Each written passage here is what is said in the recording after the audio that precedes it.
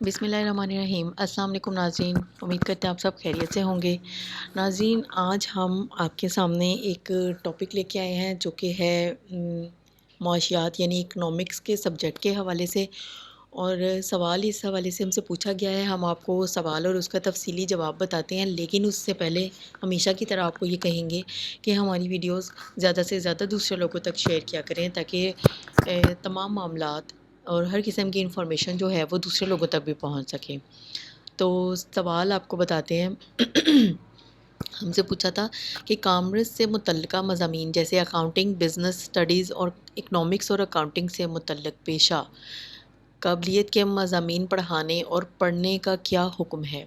براہ کرم نوٹ کریں کہ ان مضامین کے نصاب میں ایسے عناصر کے مطالعے کی ضرورت ہوتی ہے جو اسلام میں غیر قانونی ہیں۔ مضمون کے لازمی حصے کے طور پر مثلاً سود اور سود پر مبنی لین دین، انشورنس، انگریزی قانون، ٹیکس وغیرہ۔ طلباء کو ان شعبوں کا مطالعہ کرنا پڑتا ہے تاکہ امتحانات پاس کر سکیں اور اس شعبے میں ڈگری اور سرٹیفکیٹ حاصل کر سکیں۔ براہ کرم وضاحت فرمائیں۔ تو ہم ان کو اس کا جواب بتاتے ہیں کہ تجارت اور حساب کتاب کے مطالعے میں کوئی حرج نہیں، خواہ اس میں سود اور ٹیکس جیسی ممنوعہ چیزیں شامل ہوں، اس شرط پر کہ طالب علم یا استاد یہ مانتا ہو کہ اللہ تعالیٰ نے جن چیزوں کو حرام قرار دیا ہے وہ در حقیقت حرام ہیں، اور وہ صرف ان مضامین کا مطالعہ کر رہا ہے تاکہ وہ یہ سمجھیں کہ ان میں برائی اور جھوٹ کیا ہے، یا ان میں جو چیز شامل ہے اس سے فائدہ اٹھانا شریعت کے خلاف نہیں ہے، کیونکہ تمام کمپنیوں اور اداروں کو اس علم کی ضرورت ہے اور وہ اس سے فائدہ اٹھا سکتے ہیں۔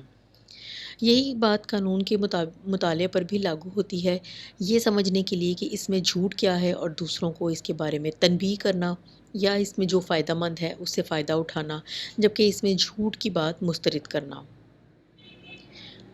شیخ عبدالعزیز بن باز رحمۃ اللہ سے انسان کے بنائے ہوئے قوانین کے مطالعے کے بارے میں جب پوچھا گیا تو انہوں نے کیا جواب دیا کہ جو لوگ قانون کا مطالعہ اور تعلیم دیتے ہیں وہ تین قسموں میں آتے ہیں: جو لوگ اس کا مطالعہ کرتے ہیں یا اس کی تعلیم دیتے ہیں تاکہ اس کی حقیقت معلوم کریں، یا یہ معلوم کریں کہ شریعت کے احکام اس سے کس طرح افضل ہیں،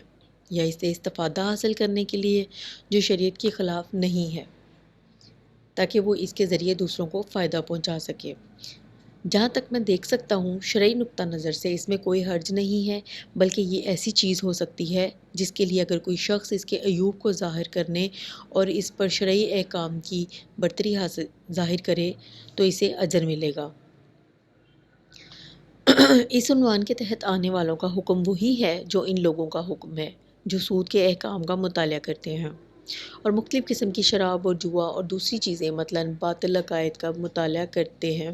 یا جو ان کو سکھاتے ہیں تاکہ وہ ان کے بارے میں علم حاصل کر سکیں، پہچانا جاتا ہے اور ان کے بارے میں اللہ کا حکم معلوم ہو سکتا ہے، اور اس طرح وہ دوسروں کو فائدہ پہنچاتا ہے، جبکہ ان کے ممنوع ہونے پر یقین رکھتے ہیں، جیسے کہ وہ لوگ جو انسان کے بنائے ہوئے قوانین کا مطالعہ کرتے ہیں جو اللہ کے قوانین کے خلاف ہیں، جبکہ ان کے ممنوع ہونے پر یقین رکھتے ہیں۔ اس صورت میں حکم جادو سیکھنے والے یا کسی اور کو سکھانے والے کے حکم کے برابر نہیں ہے، کیونکہ جادو اپنے اندر اور اپنے اندر اس وجہ سے حرام ہے کہ اس میں شرک اور اس کے بجائے جنون کی عبادت شامل ہے۔ اللہ کا اس طرح جو شخص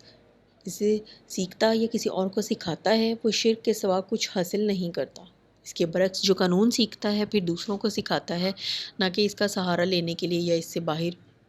یہ عقیدہ ہے اور یہ جائز ہے، بلکہ وہ ایک جائز یا جائز شرعی مقصد کے لیے کرتا ہے، جیسا کہ ہم نے آپ کو پہلے بھی بتایا۔